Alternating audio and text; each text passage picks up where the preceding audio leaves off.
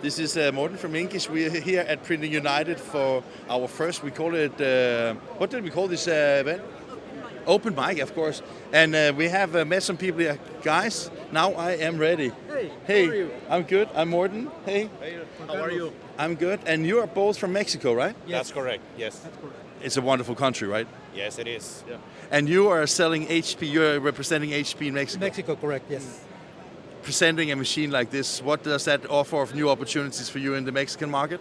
Well, you know, in Mexico, we have sold a lot of the previous one, the series, the 3000 series, and now we are in the mood of renew those machines. So we have a good expectation for this machine in Mexico to renew the ones that we already have, and also to attack a new customers with this machine. Yeah, because I was just about, you said that you were a distributor of HP machines, right? Correct, yeah. I mean, if you look at the market right now, I mean, Canon, Durst, everybody's releasing new machines, right?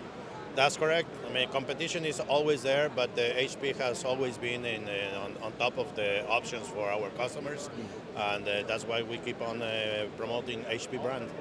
And when you look at a machine like this, I mean, speed 50% faster, looks really like a larger format as well. Is that something that has been missing in the HP portfolio, or?